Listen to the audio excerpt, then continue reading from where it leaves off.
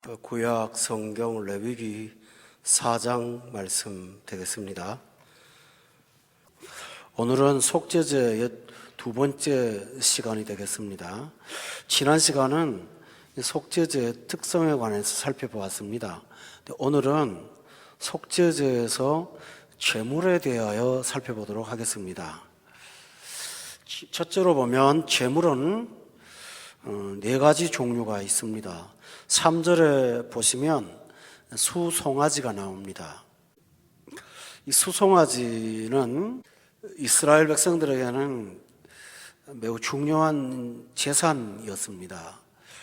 수송아지가 크면 밭을 가는데 사용도 하고 또 물건을 운반하는데 사용도 하면서 요즘에 농기구처럼 썼던 것이기 때문에 이 수송아지는 아주 비싼 값에 거래를 되었던 재물이었습니다.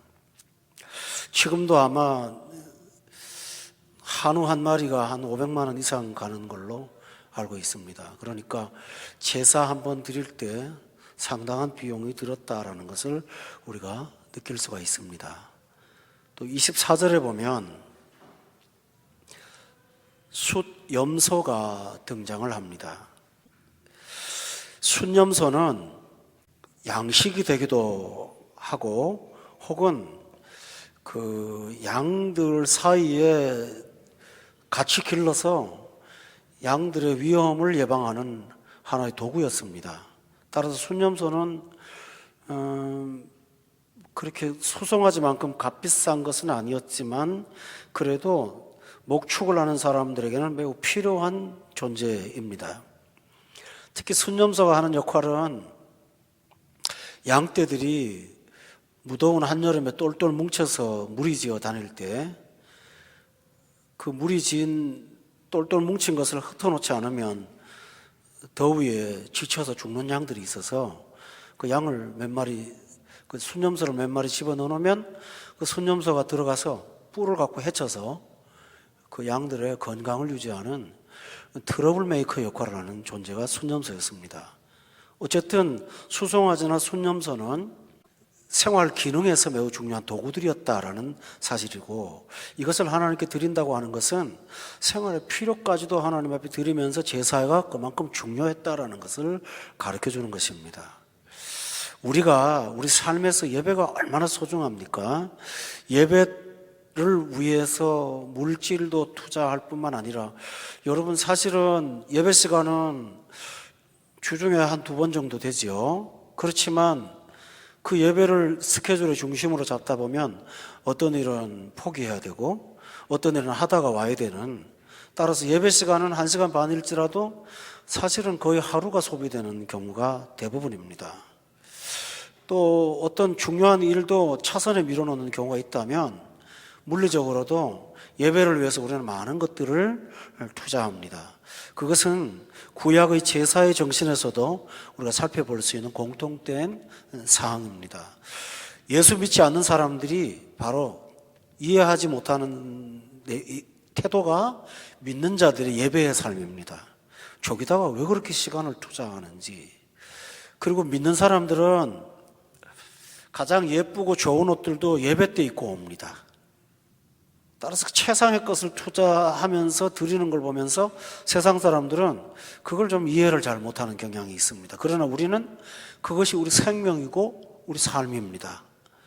따라서 우리는 지금도 제물을 드리고 있다는 것을 알 수가 있습니다. 28절에 보면 세 번째 그 제물로 암염소가 나옵니다. 또 32절에 보시면 번제에서는 언급하지 않았지만 화목제에서 언급했던 양인데 그냥 양이 아니라 어린 양이 등장을 합니다. 왜 하필이면 어린 양을 속죄제물로 가지고 올까요?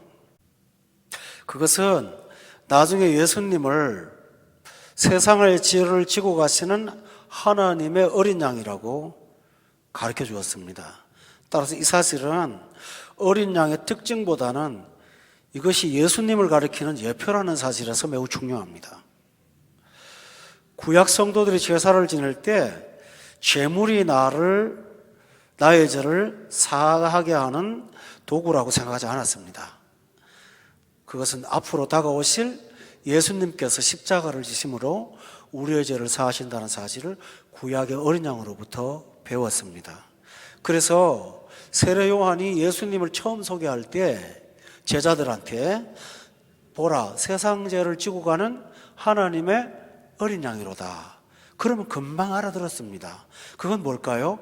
이스라엘 백성들은 어린 양 하면 앞으로 다가올 메시아라는 사실을 누구보다도 잘 알고 있었기 때문에 이 제사에서 어린 양이 등장하는 것은 모든 공로도 의지할 수 없고 예수 그리스도만이 우리의 죄를 사하시는 유일한 구원자라는 사실을 배운 것입니다. 교우 여러분도 마찬가지죠. 우리 모두 교회 나와서 누구를 봅니까? 목사는 스피커에 불과합니다. 우리는 지금도 살아계시는 예수 그리스도를 찬양하고 바라봅니다. 이것이 우리가 하는 자세죠. 그런데 이 제물의 공통점이 있습니다. 제물의 종류는 다르지만 공통된 것은 32절이나 28절이나 어디를 보든지 꼭 앞에 나오는 것이 하나 있어요. 흠 없는 것. 여기서 흠 없다라는 말은 최고 좋은 걸 바치라는 의미가 아니고요. 바로 예수님을 기억하라는 사실입니다. 그래서 흠 없는 것으로 하나님 앞에 드리는 것이 이 제물의 특징이었다면 바로 제사를 통해서 그들은 예수님을 배워야 했던 것입니다. 바로 이 사실이죠. 그러니까 그들이 모일 때마다 제사를 지낼 때마다 꼭 기억하고 돌아갈 것은 마지막에 남는 것은 예수 그리스도입니다. 그렇다면 우린 더하죠. 우리는 예배를 마치고 나서 우리의 마음과 머릿속에 남아있는 것은 그리스도 예수뿐이십니다. 그분이 남아있어야 되는 거죠. 세 번째로는 이 속죄제의 특성에 관해서 지난주에 말씀드렸습니다만 한 번 더 언급을 해야 되겠습니다. 속죄제의 특성은 13절 한 절만 봅시다. 다른 절에도 많이 있죠. 부지 중에 범한 죄 22절도 나오죠? 계속 나오죠. 이 부지 중이라는 말은 뭐죠? 부지라는 말은 지라는 말은 의식한다는 뜻이잖아요. 부라는 말은요. 의식을 못한다. 그러니까 내가 이게 죄인지 아닌지를 모르고 범한 것에 대하여서 속죄제는 그 죄를 위해서 제사를 드리는데 그 제사는 두 가지가 있습니다. 13절을 다시 보세요. 그 제사는 14절에 보면 13절하고 끝에 보니까 스스로 깨닫지를 못하다가 14절에 그 다음에 뭐라고 그랬나요? 범한 죄를 깨달으면. 그런데요 한 가지 예외가 있어요. 3절에 보세요. 기름 부음을 받은 제사장이 범죄하였다면 백성의 허물이 되었으면 그가 깨달으면이라는 말을 하지 않아요. 부지중이라는 말도 안 하네요. 제가 목회자지만 이 본문은 굉장히 두려운 거예요. 성직자들의 죄는 대부분 알고 짓는 죄라는 사실이죠. 희식이 있거든요. 왜 알고 짓는 죄인지 아세요? 깨닫지 못해도 아는 게 하나 있습니다. 자기의 죄가 회중들에게 나타나요. 그 목사가 돈을 좋아하면 성도들이 돈으로 타락을 하거든요. 그 목사가 못된 일을 하면 성도들도 그 일을 당연시 하는 경향이 있습니다. 그러니까 자기 죄를 교우들을 통해서 보게 돼요. 근데 그 죄가 교우들이 짓는 죄가 아니고요. 자기로부터 시작한 죄라는 거예요. 그래서 여기는 깨달음이라는 말도 없고 부지중이라는 말도 없어요. 신앙생활을 오래 하면 할수록 저나 여러분이나 더욱 경건생활에 힘쓰시기를 바랍니다. 참 두려운 문제죠. 그죠? 그리고 우리가 꼭 짚고 넘어가야 될 사실은 속죄제의 특성은 깨달으면 죄를 방치하지 말아야 된다는 것입니다. 깨달으면 속죄제를 드려라는 거예요. 오늘날 우리는 죄를 깨달을 때가 많죠. 많은데 양심의 가책으로 끝나고 회개의 자리까지 나아가지 않는 경우가 대부분입니다. 하나님 앞에 죄송한 건 있는데 입으로 토해놓지 않는 거예요. 우리가 경건 생활을 하면서 항상 회개가 살아있지 않으면 속죄제가 없는 죄의 깨달음만 있는 거예요. 그 차이를 성경은 말하고 있어요. 베드로하고 가룟 유다는 자신들의 죄를 깨닫는 것은 똑같았어요. 베드로는 닭 우는 소리 듣고 회개했어요. 깨달았어요. 그런데 가룟 유다는요, 언제 죄를 깨달았냐 하면 스스로 깨달았어요. 뭘 보고 깨달았냐 하면 예수님이 너무 가혹하게 당하는 걸 보면서 매도 맞고 모욕당하고 하면서 저것까지는 아닌데 하는 생각이 들었던 것 같아요. 저 정도까지는 아닌데. 왜냐하면 그 가룟 유다도 예수님이 무죄하다는 것을 알고 있었던 사람이거든요. 내가 무죄한 패를 팔았다라고 했어요, 자기가.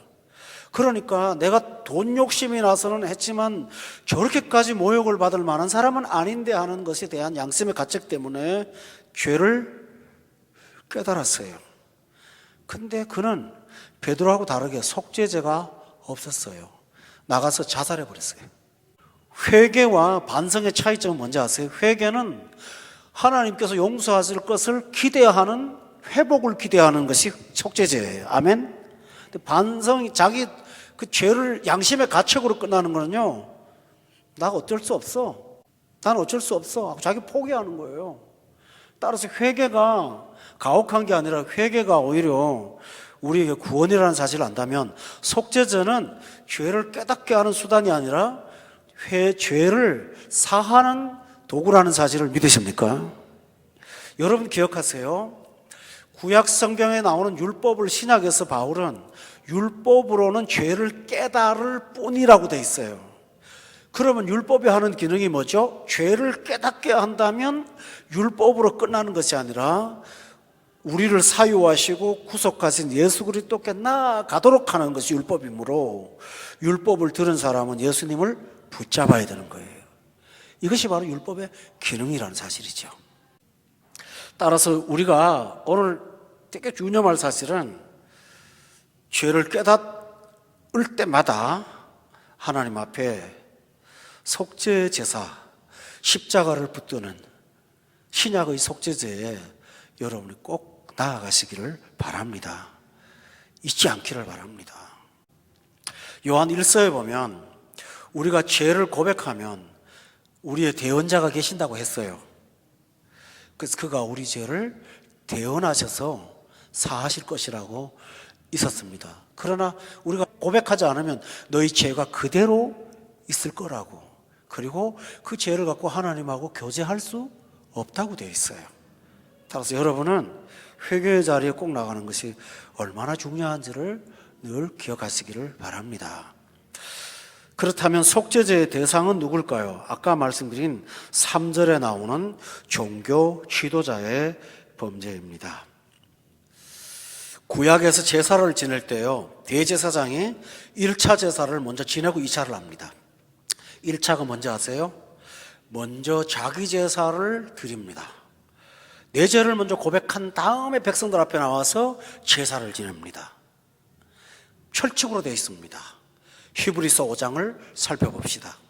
1절 말씀에 대제사장마다 사람 가운데서 택한 자이므로 하나님께 속한 일에 사람을 위하여 예물과 속죄하는 제사를 드리게 하지만은 3절에 그러므로 백성을 위하여 속죄제를 드림과 같이 또한 자신을 위하여도 드리는 것이 뭐라고 그랬나요?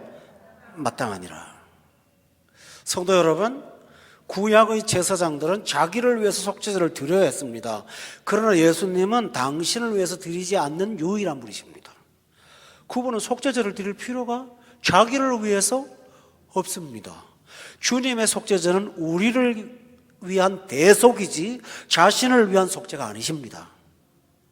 여러분 이 사실을 기억한다면 십자가의 은혜가 얼마나 귀한가 하는 것을 우리가 다시 한번 깨달을 수가 있습니다.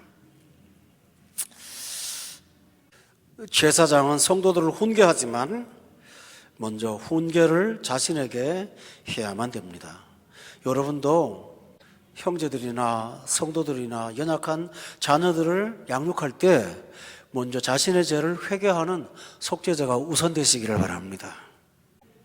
어떤 부모님이 아이를 야단칠 때 그렇게 했다고 그래요. 엄마가 완전한 게 아니야.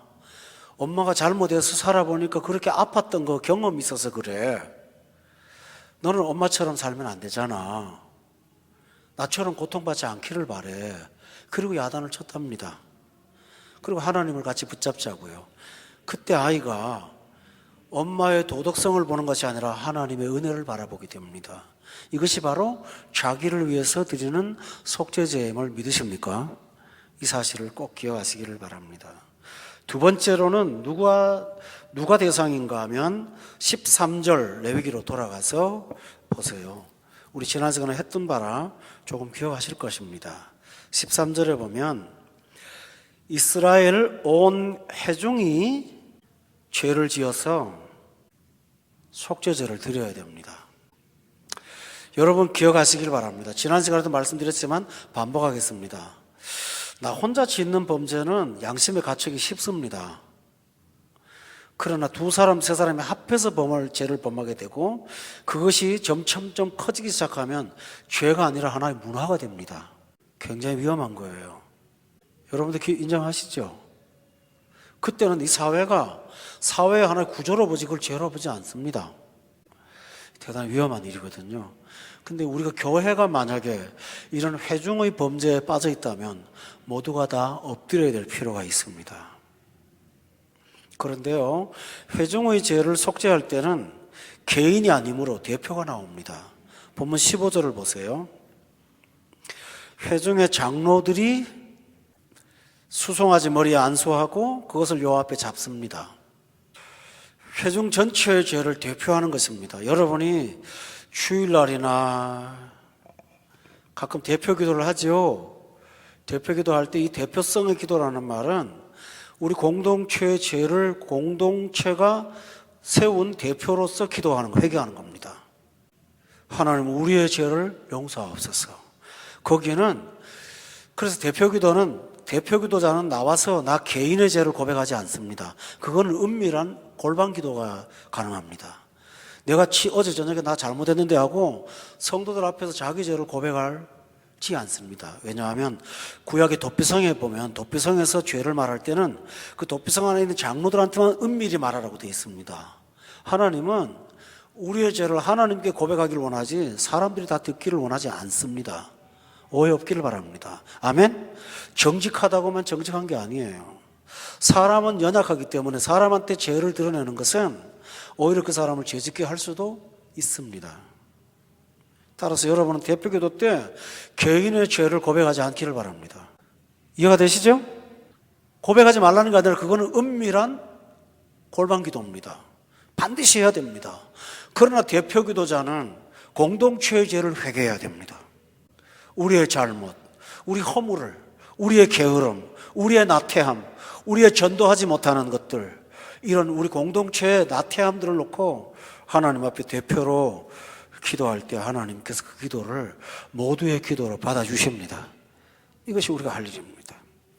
여러분 기억하시죠? 욥이 자녀들을 위한 축제를 벌인 다음 날은 언제나 가족 대표로 기도했습니다. 그게 바로 회중을 위한 장로의 기도입니다. 이것입니다. 그런데 여러분 여기서 제물을 한번 언급해야겠습니다. 3절에 보면 제사장의 제물은 흠없는 숫송아지였습니다. 15절에 회중의 제도 동일하게 그 숫송아지의 머리에 안수하는 거였습니다. 한 사람의 죄와 회중의 죄를 하나님께서 동일시하고 있다는 사실을 볼 수가 있죠. 그게 뭘까요? 지도자로서의 죄는 회중 전체의 죄와 동일할 만큼 무겁다라는 사실입니다. 그래서 성경은 많이 선생되지 말라고 말합니다. 사실 저는 목회를 하지만 이 목회자의 삶이라는 게 얼마나 부담스러운 건지 몰라요. 영적인 부담이 있어요. 제사장의 죄라는 어떤 엄습함을 제가 늘 레위기 4장을 갖고 다니거든요, 마음속에. 그래도 쉽지 않아요. 저만 그래야 될까요? 우리 모두가 다 우리 한 사람의 행동이 그리스도인 전체를 대표한다는 사실을 항상 잊지 말아야 됩니다. 나 하나가 어떤 삶을 사는지 따라서 교회가 달라질 수 있다는 사실을 믿으십니까? 이게 되게 중요한 거예요. 이게. 세 번째로는 22절부터 23절에 보세요. 여기 보면 족장의 죄가 나옵니다. 제사장은 뭐고 족장은 뭘까요? 여러분, 제사장은요 영적인 일을 관장했습니다. 족장은 정치적인 일을 관장했습니다. 여기로 말하면 제사장은 저희들이라고 생각한다면 족장은 뭐 영사관이나 뭐 이런 사람들이 되겠죠? 네. 하나님께서 그들도 회개하기를 원합니다. 왜냐하면 부지 중에 얼마든지 죄를 범할 수 있기 때문입니다. 그래서 우리가 교회 안에서에만 범죄가 중요한 게 아니라 세상 속에서 내가 행동했던 것도 족장으로서, 여러분은 어떤 단체의 리더들 아닙니까? 그렇죠? 어떤 뭐 소속의 조직의 어떤 중간 계층도 될 거고 상위 기업도 될 거고 사장도 될 거고 그렇잖아요. 부지 중에 내가 족장으로서 범한 죄가 있다라는 거예요. 따라서 우리는 그 부분도 매우 세심하게 다루어야 된다라는 것입니다. 그러니까 아침마다 우리 일어나서 내가 개인의 범죄함, 회중으로서의 죄를 지은 것, 족장으로서 잘못 살았던 것, 이런 것들을 하나님 앞에 고백하며 날마다 깨끗해지는 것을 우리가 노력하면 바로 경건한 사람이 될 수가 있습니다. 아멘. 오늘 한국교회가 잃어버린 거는 믿음의 삶은 강조하지만 경건의 삶을 강조하지 않는다는 것입니다. 하루의 경건이 얼마나 중요한지를 우리 모두가 깨닫기를 바랍니다. 27절부터 28절에 보세요. 네 번째로는 어떤 대상을 향한 죄냐 하면 여기 27절에 누가 나옵니까? 평민이 나오죠. 지금 언급한 걸 보면 최상위 계층부터 쭉 내려오면서 사회의 구조상 평민까지 지금 내려오고 있습니다. 따라서 오늘 성경은 굉장히 공평합니다. 지도자만 질타하지 않고 평민 중에 한 사람이 범죄한 것에 대해서도 속죄의 제물을 드려야 된다고 했습니다. 여러분은 기억하시길 바랍니다. 모든 사람은 죄인입니다. 의인은 없나니 얼마나 없다고요? 하나도 없습니다. 따라서 이 세상에 성경적인 기준을 갖지 못한 사람들은 양극화시킵니다. 국민은 아주 선량한 사람이고 지도자는 아주 나쁜 사람들이고, 국민 중에 한 사람이 데모하다가 죽으면 막 대폭동이 일어나고, 정치 중에 그 데모 막다가 죽는 경찰 하나 죽으면 그건 아무것도 아니고 그렇게 되는 거죠. 제가 여당 야당을 지지하는 게 아니에요. 바로 그런 곳에서 비성경적인 삶의 기준들이 있더라는 얘기입니다. 여러분은 성경대로 생각하고 성경대로 판단하고 성경대로 사시기를 바랍니다. 이것이 바로 속죄제의 자세입니다. 지금까지는 이 죄인들의 유형을 살펴보았습니다. 다섯 번째로는 속죄제의 절차에 대해서 말씀드리겠습니다. 속죄제는 아주 절차가 까다롭습니다. 본문 4절을 다 같이 읽겠습니다. 시작.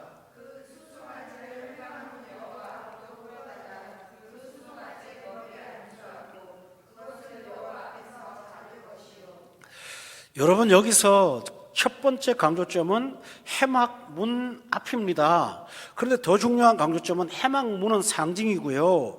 그 문은 누구 앞이라고 되어 있습니다. 누구 앞입니까? 그렇습니다. 여러분, 아까 제가 말씀드렸죠. 죄의 고백은 사람한테 하는 거 아니라고요. 천주교의 굉장한 오류가 뭔지 압니까? 신부한테 고해 성사를 합니다. 그거 아닙니다. 여러분이 죄 지었다고 저한테 와서 자백할 거 없어요. 그럴 이유가 없어요. 저는 성경이 이렇다고 말할 뿐이지 목사님 나가 이런 죄를 지었다고 저한테서 말할 이유가 없습니다. 왜냐하면 회막문 앞은 제사장 앞이 아니라 누구 앞이라고요? 여호와 앞입니다. 그래서 우리의 죄는 하나님 앞에 가지고 나아가야 됩니다. 왜 그럴까요? 좋아요. 정직해서 사람한테 내가 미안해라고 하는 말을 할 수가 있겠죠. 어떤 사람 잘못한 거에 대해서. 그러나 회중 앞에서 내 죄를 고백한다고 해서 회중이 내 죄를 용서할 수 있어요, 없어요? 바로 그 문제예요. 회중은 죄를 듣기만 하지 죄를 용서할 수가 없어요. 회중도 엎드려야 되는데요. 죄를 용서할 수 있는 분 앞에 가야만 죄가 해결되는 거잖아요. 그러니까 속죄제의 특징은 여호와 앞에 가지고 나가는 거예요. 그렇다면 여러분도 하나님 앞에 엎드릴 때마다 하나님 앞에 엎드리시기를 바랍니다. 그리고 사제의 은총을 받으면 자유롭게 사시기를 주의 이름으로 축원합니다. 십자가의 피가 용서를 했음에도 불구하고 거듭거듭 누군가를 붙잡고 나 옛날에 이랬다고 그런 과거의 죄를 되풀이하시면서 법궤의 뚜껑을 스스로 여는 일이 없길 바랍니다. 기독교는 그걸 원하지 않아요. 어떤 타종교들은, 기독교 아닌 타종교들은 자꾸 그 잡아내요, 죄를요. 기독교는 죄를 꺼내는 게 아니에요. 죄를 깨끗하게 하는 거죠. 꺼내갖고 자꾸 묵상하게 만들고 나 이런 사람이라고 만드는 거는요, 그거는 성경적인 게 아니에요. 회막문 앞에서 끌어다가 여호와 앞에 끌어와요. 여러분 꼭 기억하세요. 언제나 우리의 죄는 십자가 앞에 가지고 나가야 된다는 사실만 꼭 기억하길 바랍니다.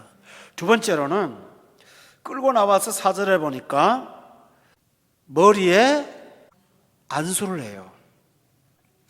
안수는 어떤 뜻이냐면 재물하고 나하고를 동일시하는 거예요. 내가 죽어야 되는데 하나님이 내 영혼을 사랑하심으로 내 생명을 보호하심으로 그 내 생명을 대리하여 죽는 존재가 재물이에요. 그러니까 안수한다는 말은 내가 저겁니다 하고 동일시를 시키는 행위예요. 다른 말로 하면 재물이 죽음으로 그 의가 나한테로 돌아오는 거예요. 이것은 뭘 의미할까요? 나의 죄를 십자가 앞에 내려놓으면 예수님이 그래 용서해 줄게 라고 간단한 말을 하는 게 아니라 그걸 지고 예수님이 골고다 올라가셨어요. 바로 이것이죠, 그렇죠? 하나님이 죄를 용서한다는 사실은 창조처럼 있으라 하니까 있는 게 아니라 당신이 죽고 나서야 가능했던 일이라고요. 그러므로 우리는 십자가의 대속이라고 그래요. 대신 속죄. 이 대속을 여러분이 믿기를 바랍니다. 나의 죄를 주님 앞에 다 드렸어요. 그래서 수고하고 무거운 짐진 자들아 다 내게로 오라. 내가 너희를 쉬게 하리라고 말씀하신 것은 그 짐을 주님께서 지시겠다고 하신 말씀이니 여러분이 무거운 짐을 가지고 나아가서 주님 앞에 나아가서 재물에 안수하는 것처럼 십자가에다가 내 죄를 태우고 그 안에서 여러분이 하나님이 나를 대신하여 십자가의 희생을 허락하신 예수 그리스도의 구원을 항상 의지하시기를 바랍니다. 이것이 안수행입니다. 세 번째입니다. 5절부터 7절에 보면 기름 부음을 받은 제사장은 그 수송아지의 피를 갖고 회막에 들어갑니다. 그래서 6절에 보니까 손가락에 그 피를 찍어서 여호와 앞 성소에 어디서요?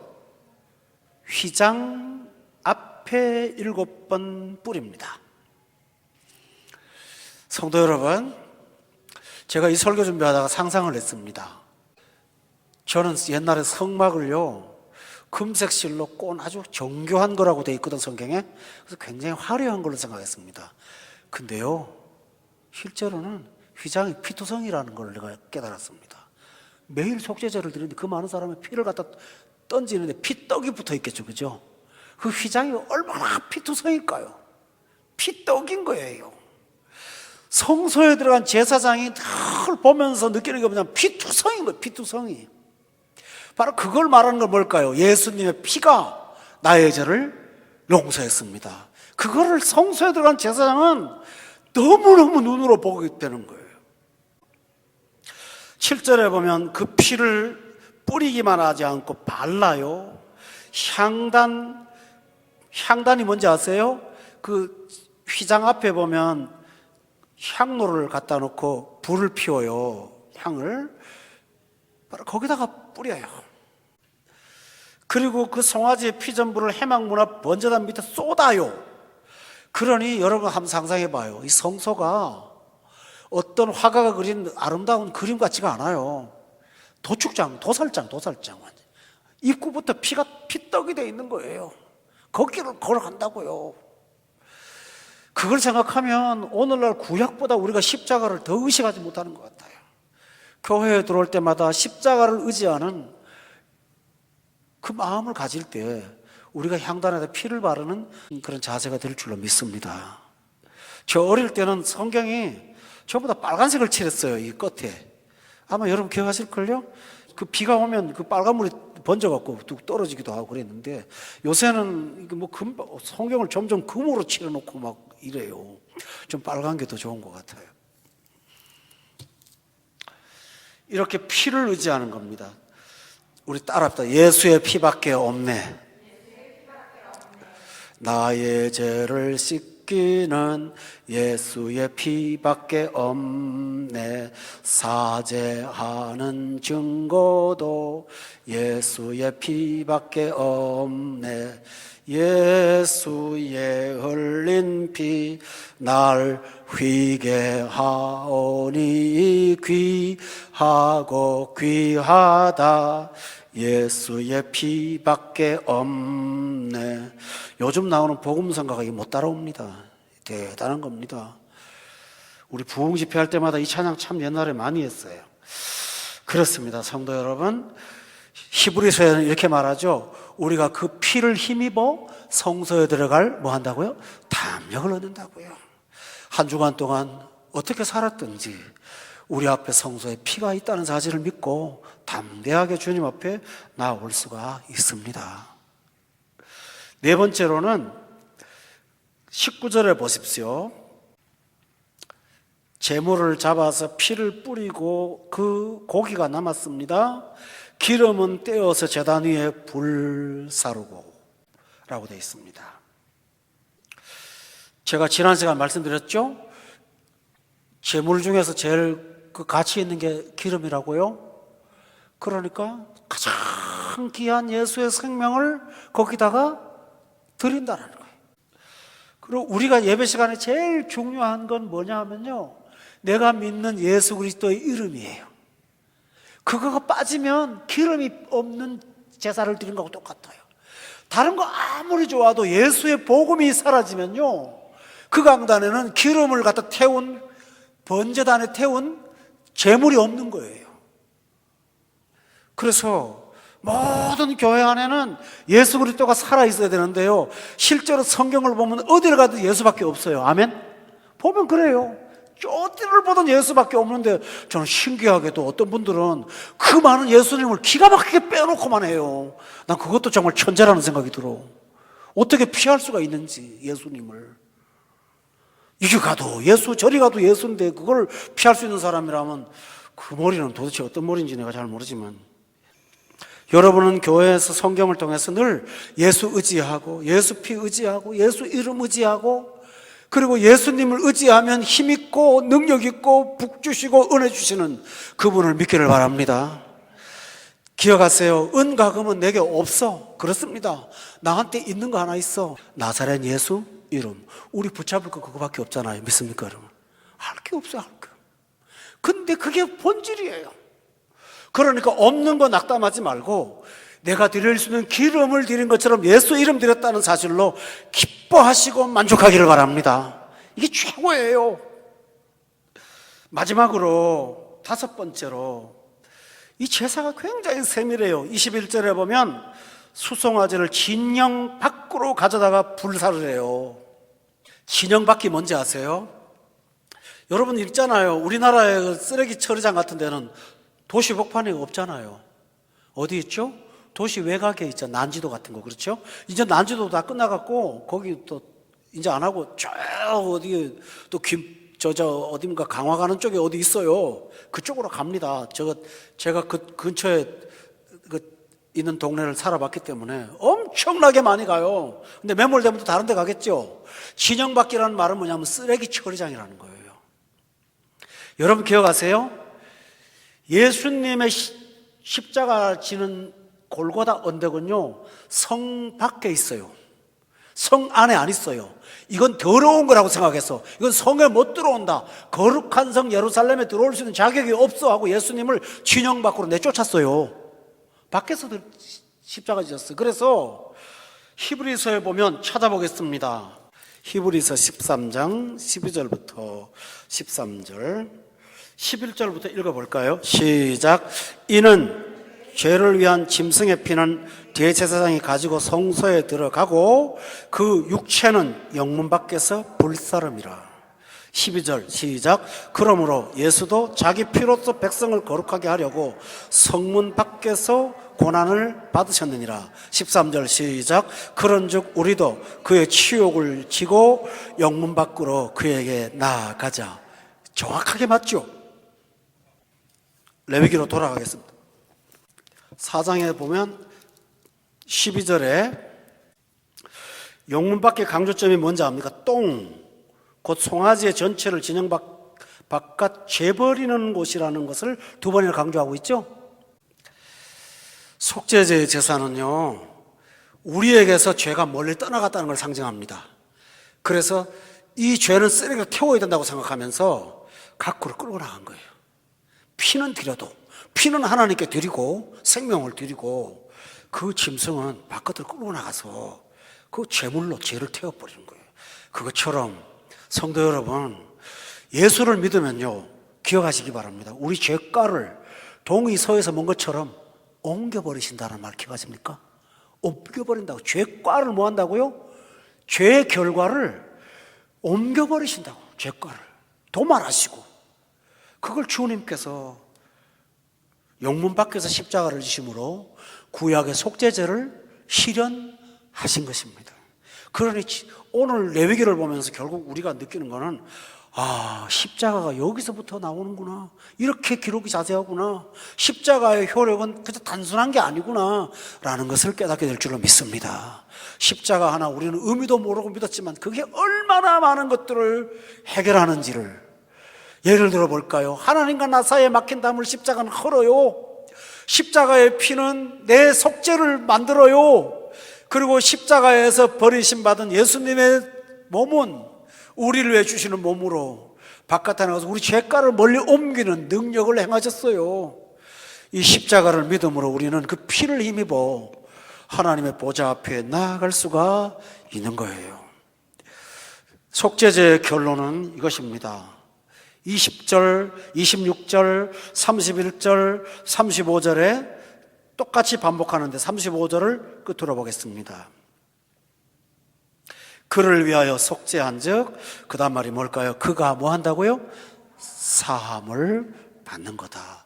저는 이번 주에 히브리서 지난 주일날 설교했죠? 여러분 잘 들으셨나요? 거기 보면 제가 그랬잖아요. 의롭다 하는 증거를 얻었다. 이게 최고다 그랬잖아요. 속죄제의 최고가 뭐죠? 죄사함 받고 돌아가는 거예요.